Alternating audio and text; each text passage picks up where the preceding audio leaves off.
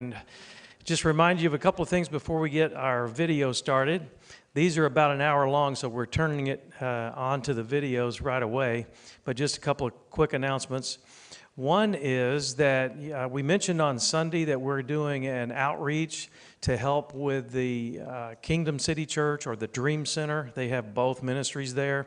Used to be called the Inner City Church. But anyway, they're doing an event on November 18th. Some of you have already signed up. We're looking for 25 volunteers, and the last we checked, I think we still needed about 14 more. If any of you would like to help with that, they're going to distribute food on that day, on that Saturday.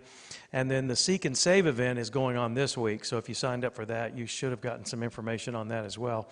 But this would be a week from Saturday at the Dream Center. So anyway, if you want to sign up for that, if you're able to help for a few hours, the information is back there. It's 9 to 11:30, and you can sign up there, and we can, that way we'll know how many from our church can help. Some of you have brought some food items, and we've got baskets out there for that, so thank you so much for doing that. Don't forget our ladies' annual auction. This is the dessert auction. Is coming up Sunday night. It's going to be in the Student Center at 6 o'clock. And that raises the funds to pay the pledge for the life, what do they call it, life pledge, Georgia, for our missionaries from our women's ministries. So it's always a fun time. You'll have a great time with that as we auction off a lot of great desserts. Just to let you know, Claudia's chocolate chip cookies will be there. So they are to die for. I can promise you that. But anyway, thanks so much for your faithfulness in giving. Worshiping the Lord through tithes and offerings is another way that we express our worship and our love to the Lord. So thank you for doing that. There's a kiosk in the foyer. There's 4 offering boxes on the walls, as well as our online giving, chaokc.com, our website there. You can do it that way. So we are in a series that's 8 weeks long. We threw in an extra one because Jonathan Kahn did an update on what was going on in Israel with when the war started and all that. So we've still got several of these to go. We're going to go through the end of December on Wednesday nights with this 8-part series. So we're on number 3 tonight, and I think you'll find it fascinating as well. Have any of you read the book that we're doing, or you started it? It's called the Josiah Manifesto, and I finished it, and it's really a fascinating book. So if you haven't seen any of these, I think you'll be fascinated with what he shares. New York Times bestseller multiple times with his books. Jonathan Kahn, Jewish rabbi who's a believer in Jesus. And he shares information that you probably won't hear anywhere else. But anyway, let's get that video started.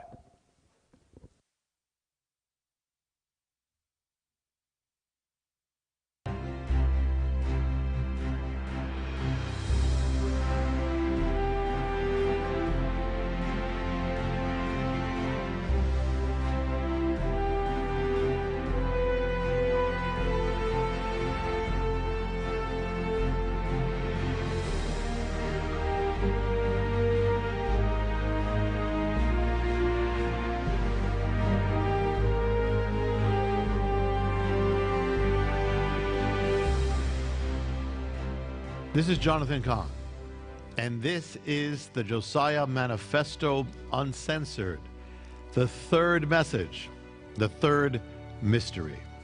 And it's called Jehu and the Temple of Baal. We're going to open up an ancient template, which has not stopped coming true in our time from the day I first wrote of it. It has continued through the years, and it actually lies behind one of the most dramatic events of our times, over which the United States Congress has spent countless hours investigating, and yet they have no idea what you're about to see. We're entering now a different realm of mysteries. It involves a template over 2,500 years old. It contains ancient events, ancient movements, ancient people. Yet it's going to bear revelation concerning events, people, and movements of our time. In 1 Corinthians 10, the Apostle Paul writes, when he's speaking about the fall or judgment of Israel, he says, now all these things happened to them as examples, and they were written for our admonition.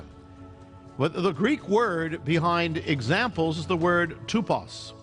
Tupos can be translated as a pattern, a model, a template, a prototype. So he's saying all these things happened as a model, a template, a prototype for us.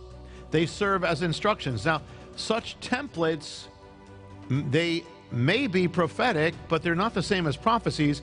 They are not so much foretelling future events, but they are saying that, listen, God knows every event. God knows every moment of human history, past, present, future. Patterns, template. He weaves into it patterns. He weaves into it templates. And so he can give one thing in the scripture that could pertain and touch and apply to many things yet to come. And what we're about to open up, this template, is actually, it's so detailed, so precise with regard to America. And whether it may have replayed at other times, we don't know, but we know it has replayed now.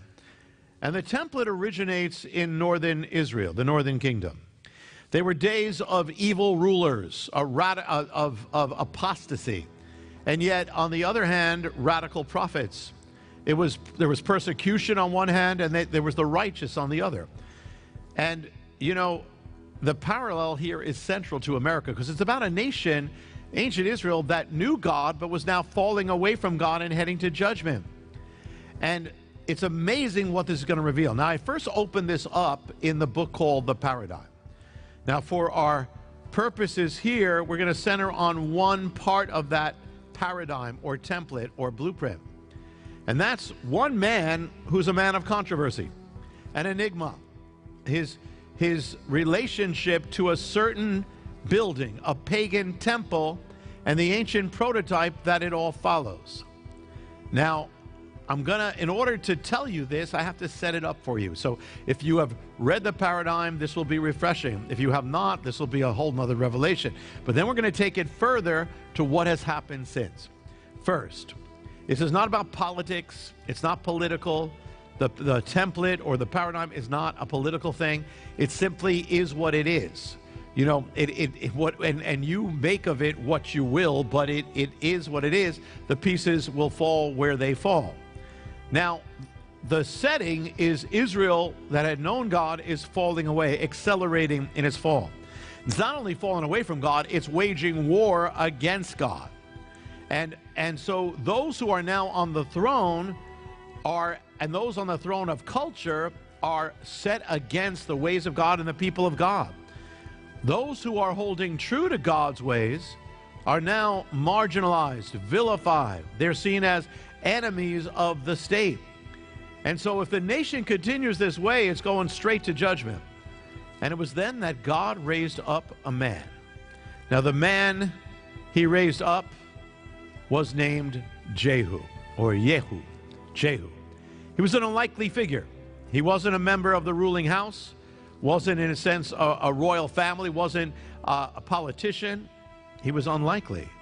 And so many would see him as unqualified to sit on the throne. In the first 2 decades of the 21st century, America's fall from God was accelerating, so much so that now you could not just say it was falling away from God. Now it was beginning to wage war against God. And now it's also solidifying its hold on the ruling institutions of the nation, of the government and the culture, of the corporate world as well. Those who sought to uphold God's ways are now, and hold up the values and faith like Christians, like believers in the Bible, are now increasingly marginalized, vilified, treated as enemies of the mainstream culture. It was then that a man rose up, unlikely man of controversy, man named Trump. He began a campaign to take the White House. Trump had no idea. He's unwittingly following after in the pattern of Jehu. Jehu, would ultimately set his sights on the throne of Israel. Trump set his sights on the White House. Trump would walk in the footsteps of Jehu. Jehu was the prototype. Trump was the antitype. Like Jehu, Trump was unlikely. He wasn't a member of the political establishment, not a politician, not a diplomat. Many saw him as unfit to govern. Jehu was controversial, a polarizing figure. He was loved by some, hated by others, feared by others. So was Trump. Now, I would say this, that now I couldn't do this in the book now, but I couldn't do it in the paradigm either or in the Josiah Manifesto, but I can do it here. Could you imagine, what if we actually had an image you could actually see Jehu? Now the thing is, Jehu lived over 2,500 years ago, and there's virtually no images of biblical people at the time that they were. I mean, you know, there's really nothing we have. Well, it turns out there is an image that just happens to be for Jehu that exists. The only image we have of any king of Israel, of ancient Israel at all. It's thought to be the oldest depiction of a biblical figure ever. And I want you to see it now. And this is actually, what you're seeing is actually from an Assyrian relief, an engraved relief of Jehu bowing down to the Assyrian king. But that's Jehu bowing there. That is him. Now, Jehu would invoke the name of God, but the Bible never says he's a man of God. There's a difference between being a man of God and being God's man. As to where his heart was at the time of his rising, it was a mystery. And it remains a mystery to this day. Many could look at his actions and his words and his ways and judge him as an ungodly man. Yet Jehu was used of God. He was a vessel, an instrument of God. And even things that people would see as ungodliness in him would be used to bring judgment.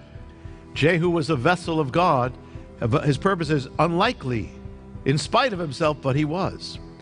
Trump would also invoke the name of God, but few would speak of him as a man of God or godly man. As with Jehu, Trump was an enigma.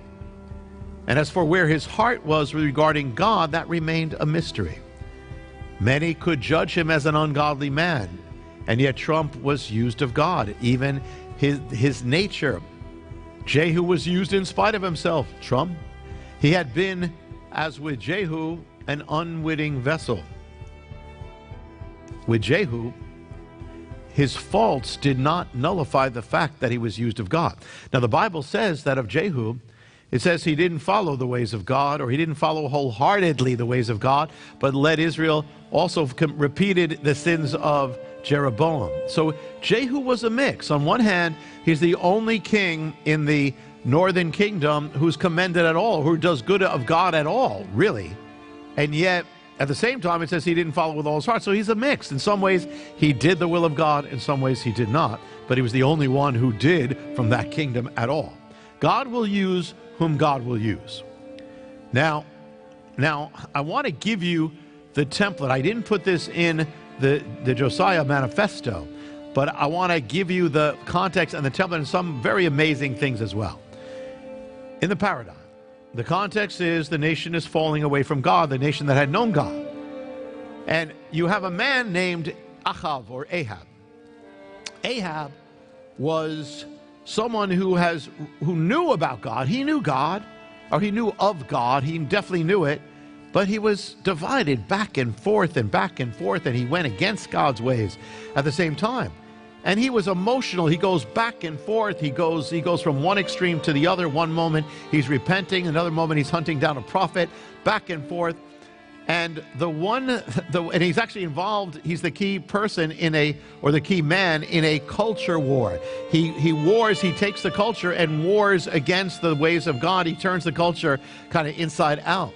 Well, there was something called a culture war that, when you first hear culture war, it's actually in the 1990s. And that was under the time that America's fall from God is now getting worse. And the one who is leading at the time that the word culture war is applied to America is the president, or the man, Bill Clinton. Bill Clinton will walk in the paradigm, the template of Ahab, and he will have no idea, but he will. Ahab had a wife who he basically ruled with. She's the only queen of Israel we know of that actually is like a co-regency. Well, Clinton is the first president to speak of his wife or act with his wife as a some people called it the co-presidency, Hillary Clinton. But Ahab is divided man. He's skilled politically, but he's divided, vacillating back and forth, so Clinton. Ahab was on the public stage or reigning for 22 years. Clinton was on the public stage in America for 22 years. He was out of office for 2 years, but he started as governor 22 years. Clinton, from his governorship to the end of his presidency, 22 years. Ahab, his reign was plagued with scandal, so Clinton's reign was plagued with scandal.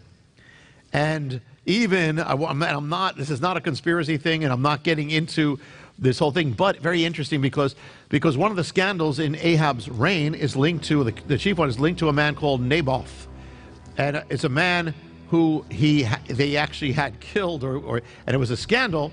But the thing is that, interesting, because there was one person in Clinton's dealings that was also died, and it was suspicious, and it's been the center of all sorts of conspiracy theories. His name was Vince Foster. But the interesting thing is the guy Naboth was linked to real estate, a piece of land, and that's what it was all about. Vince Foster was also linked to a land linked to the Clintons. Naboth was linked to a land that the Ahab and Jezebel wanted. But interesting, Naboth is linked to the land because Naboth means fruit, and the land was a vineyard. Well, Vince Foster was over the Whitewater land, which is forest land, and Vince Foster means keeper of the forest. Now, there was a scandal of Ahab that happened, that was exposed 3 years before the end of his reign. The biggest scandal of the Clinton years was the Monica Lewinsky scandal. When did it happen? 3 years before the end of his reign, or his presidency. When did it start?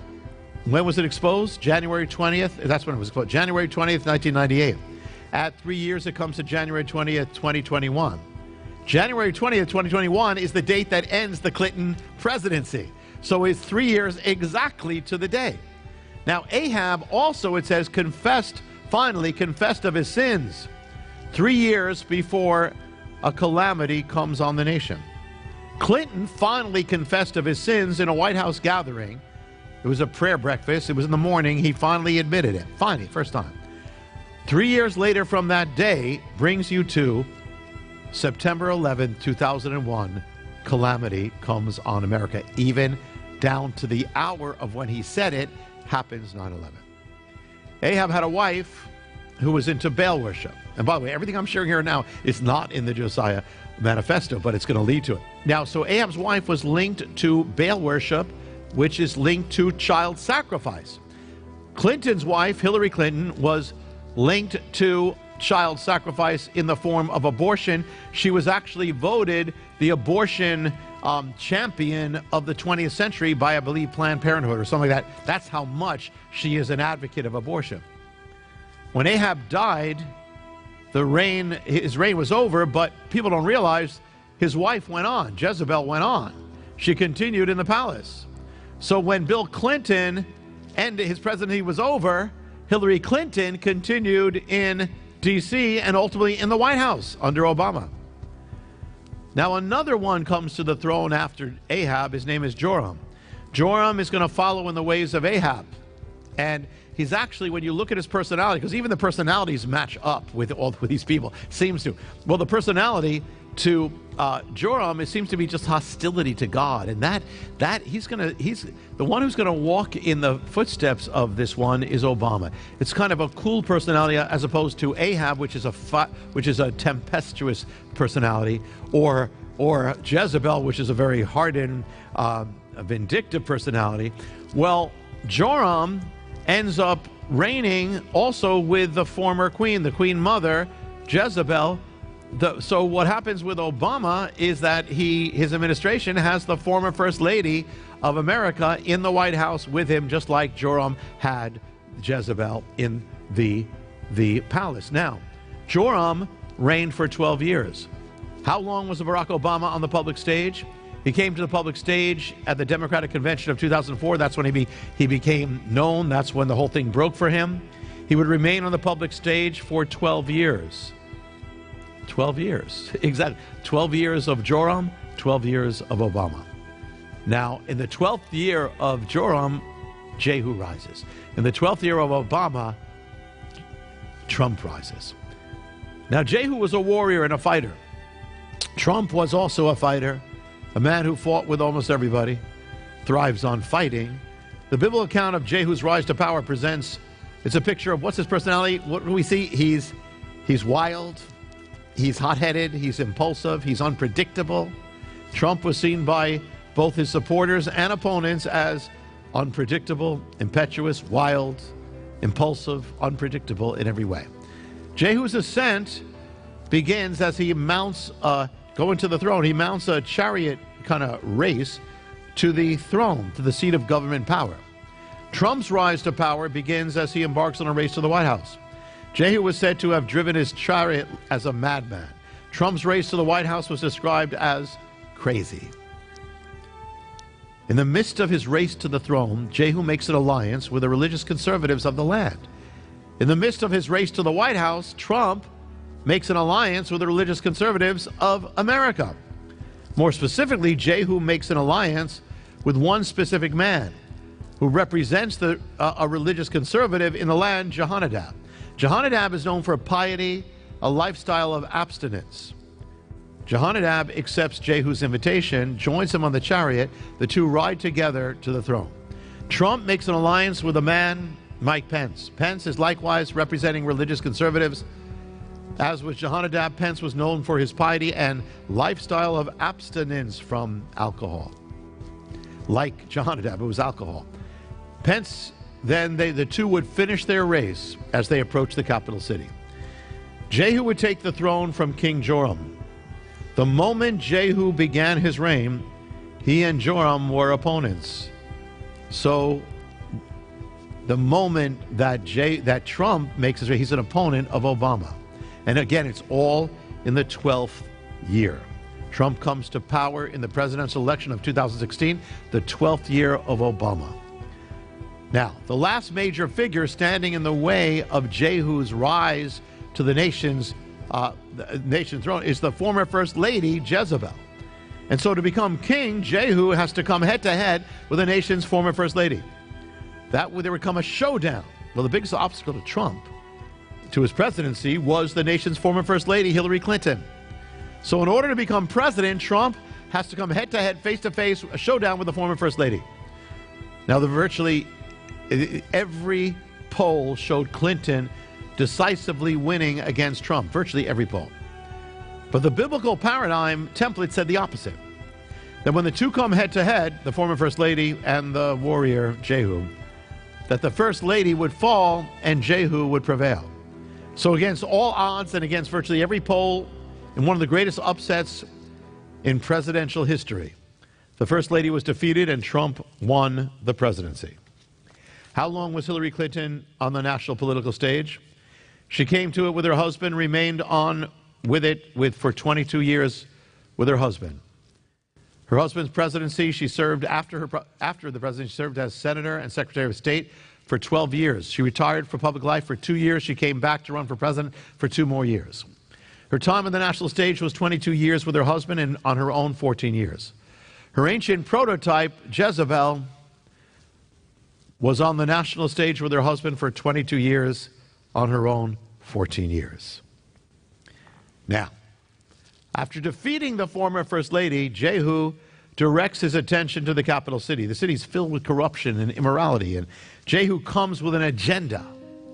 After defeating the former First Lady, Trump turns his attention to the capital with an agenda. His agenda is to drain the swamp. Jehu's agenda is to drain the swamp. One swamp, an obstacle above all others, stood out, and that was Baal. Baal was the chief of the foreign gods Israel had turned to when it turned away from God. The worship of Baal was especially associated with the nation's former First Lady, abortion. And with Jezebel, it was the offering up of children. With America, it was abortion. In her reign as queen, Jezebel introduced a form of Baal worship into the land. it involved child sacrifice. When she came to Israel's throne, she used the powers of the state to force the people to worship Baal.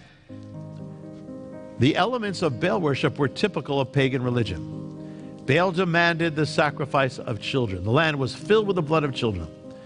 So paralleling this, we have America, we have abortion, and we have Hillary Clinton, who was the defender of abortion. And so Israel, under Ahab and Jezebel, promoted all these things. And the thing is that Jehu was originally serving under Ahab. Jehu knew Ahab and Jezebel. He was friends with them. Trump knew Bill Clinton and Hillary Clinton. He was friends with them. And Jehu, therefore, is serving under Ahab. He was also, it meant he was for Baal worship, or he was certainly fighting for it, or upholding it, or protecting it. And so Trump was actually for abortion before he changed. But Jehu changed. He went against Baal and for God, and Trump went against abortion for God. During the Jehu's race to the throne, he comes head to head. Jezebel's up on the balcony, and Jehu's down there, and he confronts her right there. Well, the same way the two figures came head to head in America, Hillary Clinton and Trump. And they come to the debates. They have 3 debates. The final debate concerns the blood of America's children. As did Jehu, Trump pledged to war against the killing of children right there. And in that debate, Clinton speaks up for abortion like Jezebel would have, and Trump speaks against it as Jehu would have, against Baal worship. In fact, if we have the clip, we're going to show it to you. I want you to see this. With what Hillary is saying, in the 9th month, you can take the baby and rip the baby out of the womb of the mother just prior to the birth of the baby. Now, you can say that that's okay, and Hillary can say that that's okay, but it's not okay with me. Because based on what she's saying and based on where she's going and where she's been, you can take the baby and rip the baby out of the womb in the 9th month on the final day. And that's not acceptable. When Jehu arrives in the nation's capital, he's confronted by a massive national temple dedicated to Baal. He sets out to end Baal worship in the land and bring his great temple down. Bring it down, just destroy it forever. The temple in the nation's capital is the center of Baal worship in the whole kingdom. It's the center. Jehu gives the orders that the temple of Baal be destroyed. It says, then they broke down the sacred pillar of Baal, tore down the temple of Baal, made it a refuse dump to this day. Thus Jehu destroyed Baal from Israel. The fall of the temple of Baal epitomizes Jehu. It inaugurates his reign. It's one of the central dynamics of the paradigm. When Jehu rises, the temple of Baal falls. When Trump was inaugurated, his rise to power, when he began it, rather when he announced his candidacy, there stood across the world an actual ancient temple of Baal. It was in Syria. Temple of Baal stood for almost 2,000 years from the Roman Empire. Days of the Roman Empire. But according to the paradigm, when Jehu rises, the temple must fall. It had withstood almost 2,000 years of history, 2,000 years of kingdoms, of all sorts of things. But when the modern Jehu was about to started his rise to power, that temple was standing there, Trump.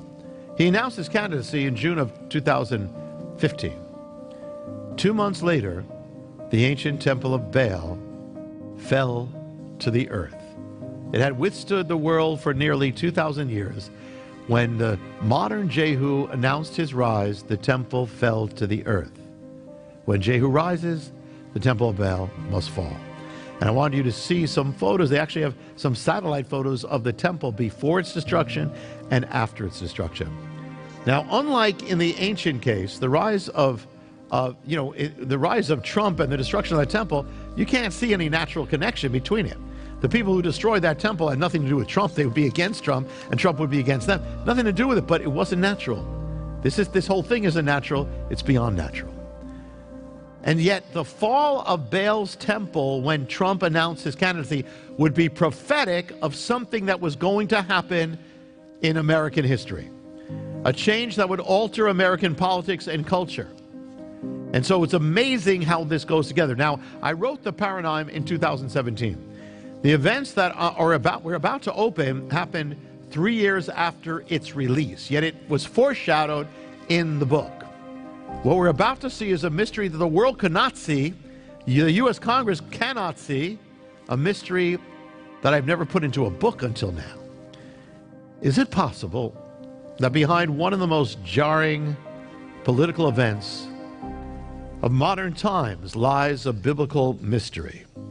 Is it possible that what the government has spent so much time and so much money trying to find the reason, the causes of, it actually goes back thousands of years? In the biblical template, the rise of Jehu is linked to the fall of Baal's temple. Rise and fall.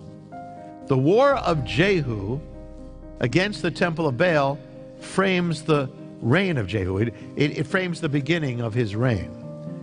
Could it, now Trump's administration came to an end. It started with the fall of the temple. But could the end of his reign, or Trump's reign, also be part of the mystery linked to the temple? When he rises, the temple falls. If his reign ends, could the temple rise? It was the first week of January 2021.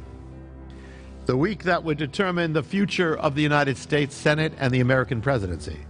It was all going to pivot in the middle of the week, Wednesday, when the results of the Senate race in Georgia would be known, which party would control the Senate. It was also the date that the votes of the 2020 presidential election would be officially sealed in the U.S. Capitol. Wednesday was pivotal. It would give the Democrats control of the Congress, the presidency. It would mark the effective end of the Trump administration. It would all converge on January 6th. There were those gathered in the nation's capital on January 6th to hear the president, or to register protest, or to simply be part of an event they believed in. But others came to Washington with agendas of violence.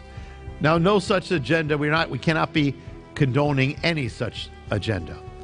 But what we're about to uncover has nothing to do with that. It has to do with the manifesting of an ancient template that nobody had any idea of.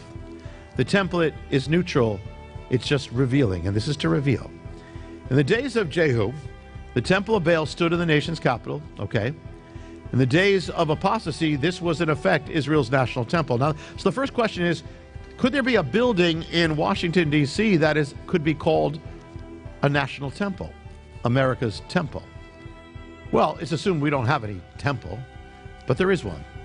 It's been called the Temple of the American Republic, the People's House, America's secular temple, the nation's temple of democracy. What is it? It's the United States Capitol building. That's called the Temple of America, America's temple. The Capitol building, actually even in the Capitol building, on its walls, it's written, this quote, "We have built no national temple, or no temple, but the Capitol." The Capitol building. Even the walls themselves have the title temple. The building was actually modeled after pagan temples of the ancient world, those of Greece and Rome. More specifically, it was based on the Roman pantheon, the temple of all gods. But now, it's not the architecture of a building that makes a building pagan. Generally, it's what happens inside. What happened inside the ancient temple of Baal? Well, prayers and worship would be offered up to a pagan god. Now, the Capitol building has prayers, invocations, but typically it's been the God of the Bible, or maybe more recently a more nebulous, vague God. But the week of January 6, 2021, something changed.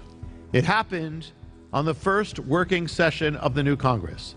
The new Congress was inaugurated with a prayer, this is a few days before January 6, offered by the Democratic Congressman Emanuel Cleaver. Now, I had actually written about this guy that most people never heard of in The Paradigm. In The Paradigm, he's the one who gave an address, unknowingly prophetic. He didn't know what he was doing, and he said, he kept saying it was the day that that Clinton was going to get the nomination, and he kept saying, talking about Clinton, he kept saying they threw her down, but she wouldn't stay down. They threw her down, but she wouldn't stay. They threw her down when they did. They kept saying they threw her down, they threw her down, they threw her down, they threw her down. If you take those words of his speech regarding Hillary Clinton and type in they threw her down or threw her down, you know what the internet's going to do? Most likely, it's going to take you to the book of Kings. It's going to take you to Jezebel. Remember I said Hillary Clinton, Jezebel. Just by the words of the inauguration, at the nomination day, the words about Hillary Clinton by someone who's supporting her, he said they threw her down. It takes you to the showdown of Jehu and Jezebel, and they threw her down. And here she's being nominated to stand against the Jehu, the modern day Jehu, and the words of the nomination, or of that day, that speech, is the words of Jezebel being defeated by Jehu. Amazing. The same guy, he had no idea what he was doing. The same guy, on a few days before January 6th, is the one who opened up the Congress with a prayer. It was prophetic. It was a prayer. The only problem was the prayer was not to the God we know, or the God of the Bible. The prayer that Cleaver prayed, he sealed it with a name to Brahma. Brahma. Brahma is an eternity away from the God of the Bible. Brahma is a Hindu god, a pagan god, one of the three ruling gods, the other being Vishnu and Shiva. Brahma has 4 heads. Brahma, he originally had 5, but the god Shiva cut one of them when he lied. Brahma is a pagan god. On January 4th, 2021, the 117th Congress was consecrated to a pagan god. The American Congress National Temple House of Prayer was dedicated to a pagan god, and thus, in other words, it became a pagan temple. And it wasn't just the prayer, because it was inaugurating a new Congress, a Congress that was devoted to the agenda of Baal. The agenda was actually promoting sexual immorality, the killing of children, ultimately against religious freedom, ultimately against Christians. That's where it was going to try to go, against religious freedom, against biblical values. It was going to be it was prepared to enact the most pro-abortion agenda in American history. So not only the prayer that was to a pagan god, but the agenda of that Congress was a pagan agenda. Amazing. And that all happened while a modern-day Jehu was still in power in the Capitol. These are the ingredients of the ancient template for an explosion, a battle waiting to happen. The 10th chapter of the book of 2 Kings records, Jehu called for an assembly in the capital city. President Trump calls for an assembly in the capital city, Washington, on January 6th. Jehu's gathering would ultimately be directed at the National Temple in the capital city, Temple of Baal. Trump's gathering on January 6th would ultimately be directed at America's National Temple, the Capitol building. The ancient template would center on 2 gatherings and 2 groups of people in the capital city: the priests and worshipers of Baal who are in the temple, and the supporters of Jehu who gather outside the temple. On January 6th, the gathering that convened inside the Capitol building represented the victory of an anti-biblical agenda. Whatever you feel about the voting, the point is the agenda was an anti-biblical one. The gathering that took place outside the Capitol building represented the supporters of the modern-day Jehu. Now, it's interesting that the template speaks of Jehu and Jehonadab, his partner, the Christian, or the godly man, rather, but modern day, as playing a prominent role in the events around the Temple of Baal. Well, both Trump and Pence would play prominent roles in what happened on January 6th in the capital city in America's National Temple. In the ancient template, both Jehu and Jehonadab go to Baal's temple. Trump had planned to go down to the Capitol building that day, but his security team prevented him from doing so. Pence, the modern-day Jehonadab, did actually enter the National Temple in accordance with the template. It's worth noting, we could assume for certain that Jehonadab went out of the temple. He went in, but he had to have left. But interesting, because the template doesn't mention him leaving. Interesting, because on January 6th, Pence entered the Capitol building, was supposed to leave, but he didn't leave. He stayed through the night. Had Jehonadab stayed in the temple of Baal, when the judgment came, he would have been in danger. Well, Pence was. Now, in the ancient template, Jehu directs the multitudes of his supporters to go to the temple of Baal and stand outside it. On January 6th, Trump directed the multitude of his supporters to go to the Capitol building and stand outside it. He said, to demonstrate. The supporters of Jehu would not stay outside. The supporters of Trump, or many of them, would not stay outside the Capitol. In the ancient template, the supporters of Jehu were given the word, go inside. At that, the people of Jehu laid siege to the temple of Baal. On January 6th, the supporters of Trump would do likewise. They would go inside. They believed they had the authority to go inside. They went inside the Capitol building. They laid siege to it. In the ancient temple, the followers of Jehu entered the temple of Baal. They dramatically interrupted the proceedings. On January 6th, the followers of Trump entered the Capitol building, dramatically interrupted its proceedings. In the ancient template, Jehu's followers go inside and they shed blood. They go inside to shed blood, and they do. January 6th, the people who enter the Capitol building were those, many of them, or some of them, were prepared for violence and calling for blood. In order to prevent the temple of Baal or the ground ever to be used again as a site of pagan worship and sacrifice and killing children, actually, the people of Jehu defiled it. They desecrated it. Some of the translations can mean they used it as a bathroom.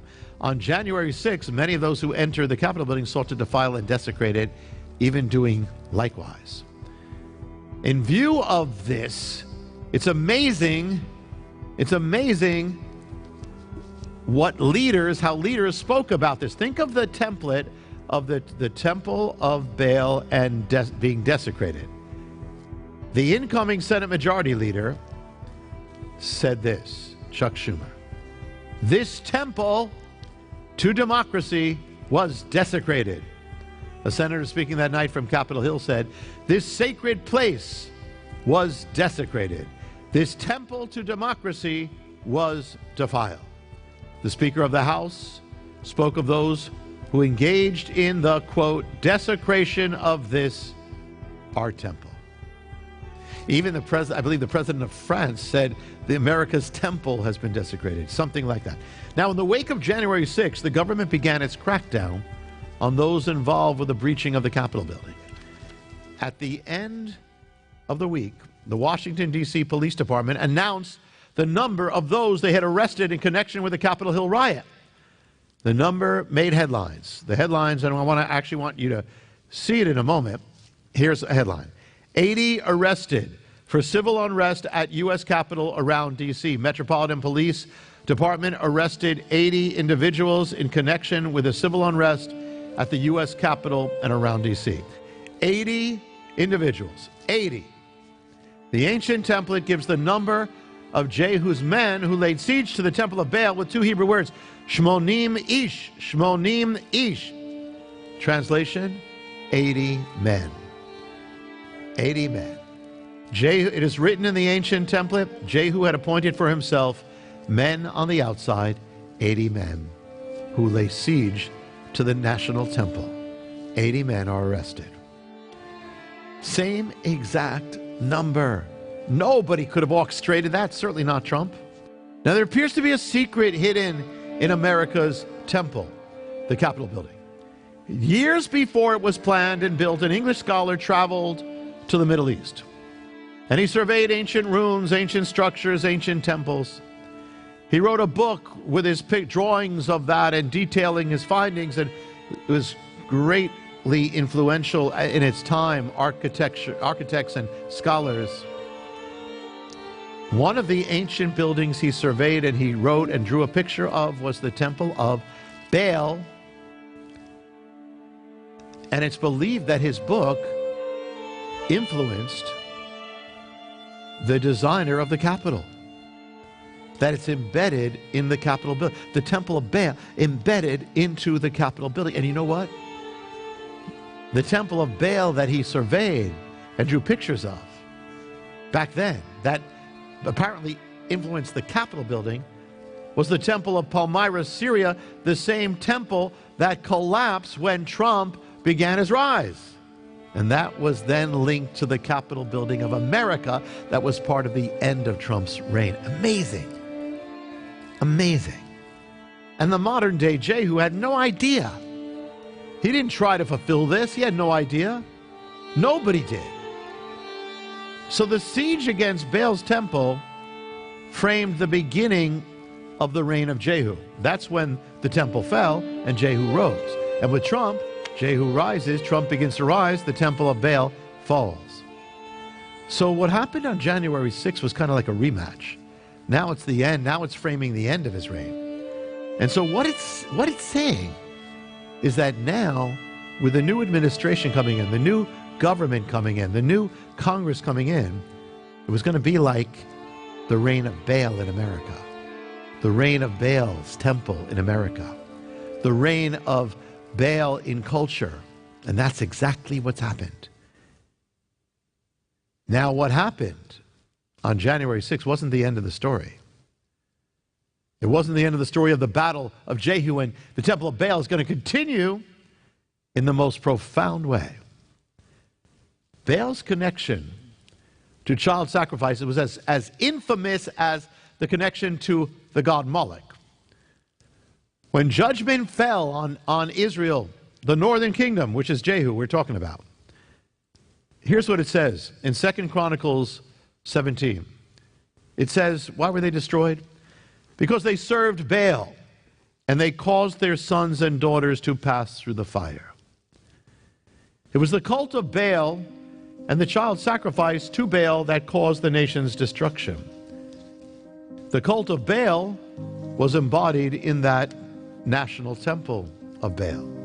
When Jehu came against the temple of Baal, he was coming against the cult of Baal, the institution, the worship of Baal, the religion of Baal, the system of Baal, practice of Baal, waging war against the systematic murder of the nation's children.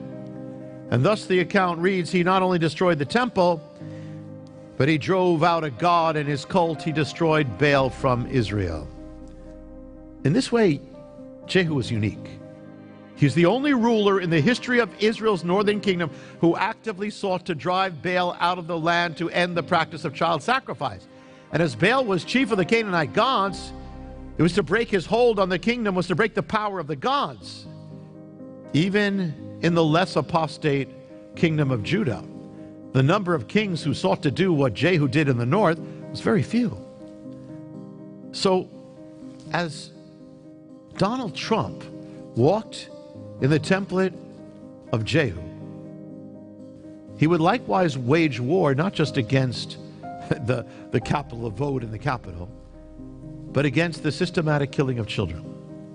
Trump was unique in that respect among American presidents. Despite his unlikeliness in leading a campaign of such nature, he would likewise wage a war against the killing of children. Unique among American presidents. Jehu had destroyed Baal from Israel. Trump would seek to do similarly with regard to abortion in America. His administration would overwhelmingly be consistent in fighting for the unborn. Trump would become the first sitting president to address the annual March for Life in Washington, D.C. His administration would act to protect the freedom of those whose conscience prohibited them from funding or assisting or partaking in abortion. As Jehu cut off state support for the cult of Baal and child sacrifice, Trump cut off state funding for abortions around the world and became the first American president to seek the defunding of abortion organizations from the federal budget. Jehu came to a showdown with the nation's former First Lady. She championed the worship of Baal and the killing of children. Now, I spoke about that. Trump spoke, they said this is inhumane, this is brutality, while the former First Lady spoke about it as a right, sacred right. Trump promised as if he was elected, he would appoint judges who would stand for life. That would lead to the overturning of Roe versus Wade. So the paradigm of Jehu and the Temple of Baal is about much more than a building. In the case of Trump, it's going to be about bringing down an institution, a practice, a law, a ruling that had taken the lives of millions. On the month before the final showdown of Trump and Clinton, less than 2 months before the election, something strange happened. An object appeared on the streets of New York City. A strange object, a foreign object. Its origins were from the Middle East.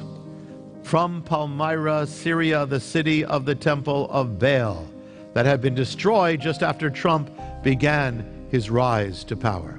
It was an arch destroyed just after Trump was rising. It was an arch that was made, manifesting the arch that was destroyed when the Temple of Baal was destroyed. It was the arch of the archway through which the worshipers of Baal would pass to enter and worship the Temple of Baal. The Temple of Baal had fallen, but now an object linked to that temple is erected in the land of the modern-day Jehu. And in New York, where abortion, as we saw, overwhelmingly began. Standing in New York, the abortion capital of America, there is the Arch of Baal. There was even a sign written on it, an arch identifying it with the Temple of Baal. And I can tell you this because I was there. I went down to witness it. We actually filmed it. It's an amazing thing.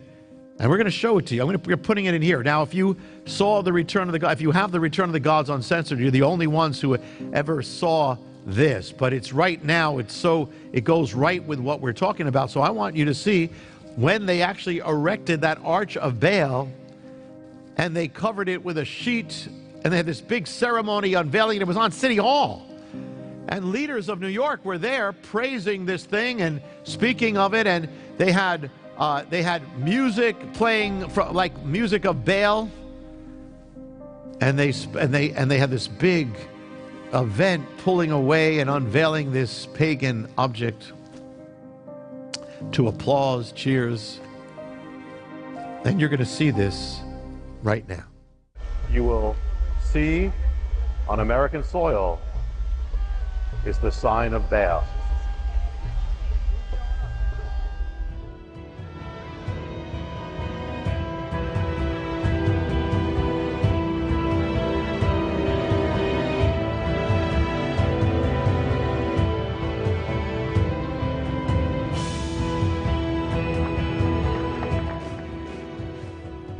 And here now on American soil, in back of me, is the manifesting of the sign of Baal.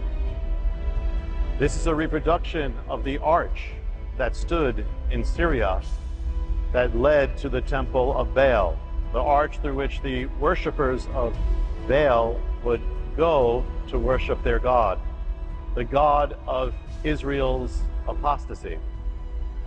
Baal in America, the God that is there at the time of the harbingers, the time of judgment. This is the sign, this is what led to, and this is what a sign of a nation that is leading to judgment.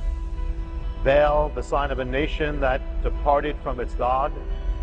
Baal, the sign of a nation in apostasy from God. Baal, the sign of a nation that once knew good and evil and now calls evil good and good evil.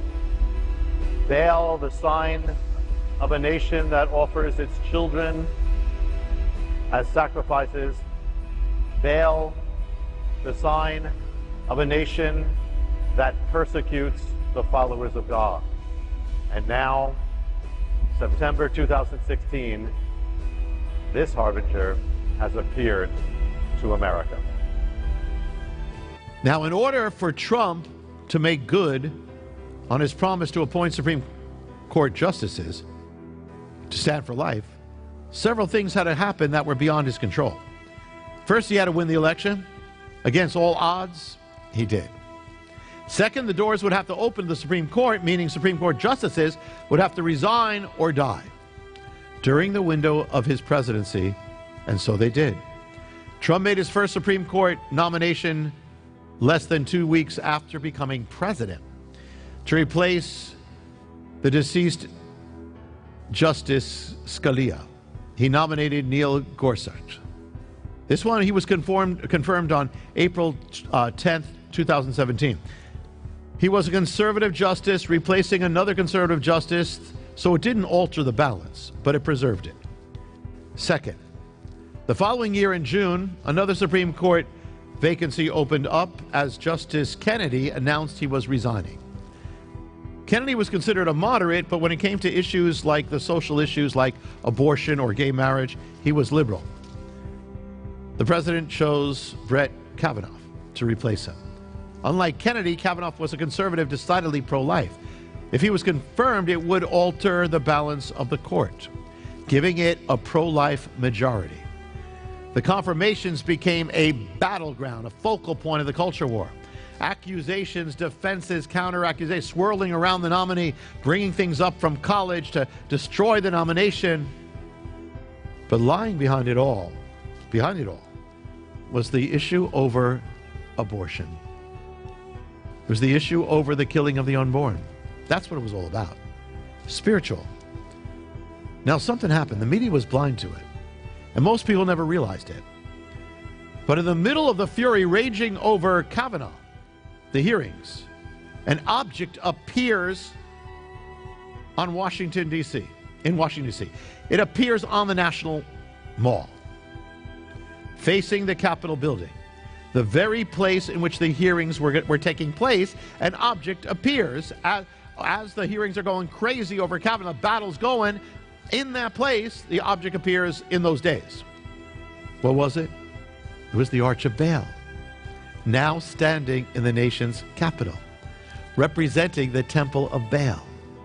So while the battle was raging over life, the object representing the god of the Temple of Baal, the god of child sacrifice, appears in front of the Capitol building on the National Mall.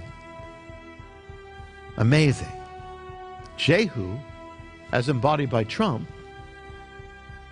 this is his war against the systematic killing of children, as embodied by his Supreme Court nomination. That's his war. He's fighting. The Temple of Baal and child sacrifice appears embodied by the arch. The arch was a gateway through which worshipers entered into Baal's temple. It was erected in New York City, the gateway through which child sacrifice entered into America in force.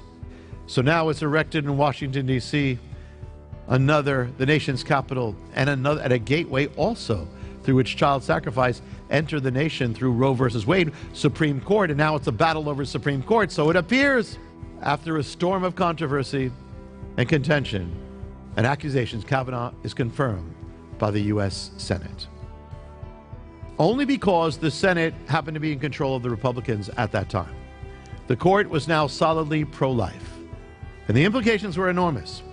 Still, one more vote was needed. One more vote was needed for this template, the ancient template, to be fulfilled. This would come to pass, and exactly when it did was beyond anybody's control. It would happen at the very end of the Trump presidency. Just the first appointee or nomination was just weeks into his presidency. This happened just before the end of his presidency. Just got in. So close that it was even doubtful that it would happen. It would come to a head only 8 days before the presidential election that would seal the end of Trump's presidency. But it would go through. It would give the court now an even stronger, a more decisive pro-life majority. It was this third Supreme Court justice that would provide the one critical vote that was needed, one vote that would alter the nation's course. Trump's appointing of those Supreme Court justices would prove to be among the most consequential acts of his presidency. The first appointment was set in motion at the very beginning, the last near the very end. When Jehu brought down the temple of Baal, he was bringing down not just a building, but an institution. And this all, in America, this institution of child sacrifice centered in the nation's capital because it was linked to Roe versus Wade. Abortion was America's temple of Baal as well. Likewise, a national institution, likewise centered in the nation's capital, Roe versus Wade was a temple of Baal. And it all rested on that ruling, Roe versus Wade. So the modern day Jehu would seek to bring it down. It's no accident that the one who walked in the template of Jehu would be the one president who brought down the modern day temple of Baal. Had he not risen to power when he did, this would never have taken place. The temple would never have happened. His elevation to the presidency had to have happened exactly when it did. At the same time, had the other streams of the mystery not converged at the exact same time, Trump's rise to power wouldn't have been enough. Every stream, every mystery, every puzzle piece had to converge. Trump's 4 years in power were just enough to set in motion the 3 Supreme Court justices, secure the 3 votes, and the final vote to bring down the modern-day Temple of Baal. So, Jehu would bring down Baal's temple. The modern-day Jehu would bring down, set in motion, the bringing down of the Temple of Baal in the 50th year of abortion's entrance into the land, the year of Jubilee.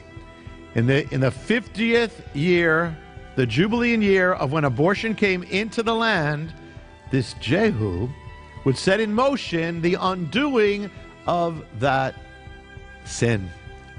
The Jubilee undoes, nullifies what was done. Jehu would nullify the Temple of Baal. Now the Jubilee, the nullifier, the Jehu, another nullifier, happened to come together. Trump was president into the Jubilean year. No one could have planned it. No one could have orchestrated it. But it all converged at the exact time.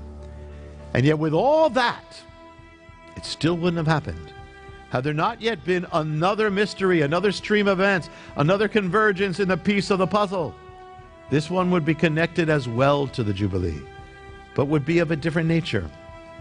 It would come from the Jubilee's other realm. And although its moving went almost unnoticed, when it fulfilled its mission, it would change the course of American history. Remember what we saw on the island. There are 2 sides to the Jubilee. We saw the side of the mystery fulfilled in the plague of COVID-19. The Jubilee takes away. The Jubilee brings restitution. The Jubilee nullifies, inverts what was done. The Jubilee can bring a form of judgment, dispossession. But in the next mystery we're going to see, I'm going to open up the other side of the Jubilee that manifested in America the Jubilean redemption. And we're going to go back to an ancient river and to a baby and to a prince as we open up the child of the Nile in the 4th mystery of the Josiah Manifesto, Uncensored. To find out how you can receive more of Jonathan. If you haven't read the book, I would encourage you to get a copy and read it. It's really fascinating. Some people might consider these to be a lot of coincidences, but it just seems like it's more than coincidence to me. And throughout the book, you see the Jubilees, the 50 years over and over and over, and some of these things take place even to the modern day. So anyway, I hope you're enjoying this series, and I hope it's a blessing to you. Let's pray together. Heavenly Father, thank you for the mysteries that are in the Word of God that we see fulfilled even in prophecies happening today. And I thank you, Lord, that no matter what happens around us, our trust is in you. Our faith is in you. And thank you, Lord, for those leaders who are leading us in the right direction in our nation. We have some godly people now serving in various places in our state capitol, in our U.S. Congress, other places around the country. And I pray that you would continue to watch over them and give them wisdom. And Lord, for all of the members of Congress, that they would submit to you and your lordship, and that the president and all those in authority would serve you first and not the false gods that would lead us astray as a nation. We put our trust in you, Lord, to work these things out according to your timing and your will and for your glory. And we ask it in Jesus' name. Amen. God bless you all.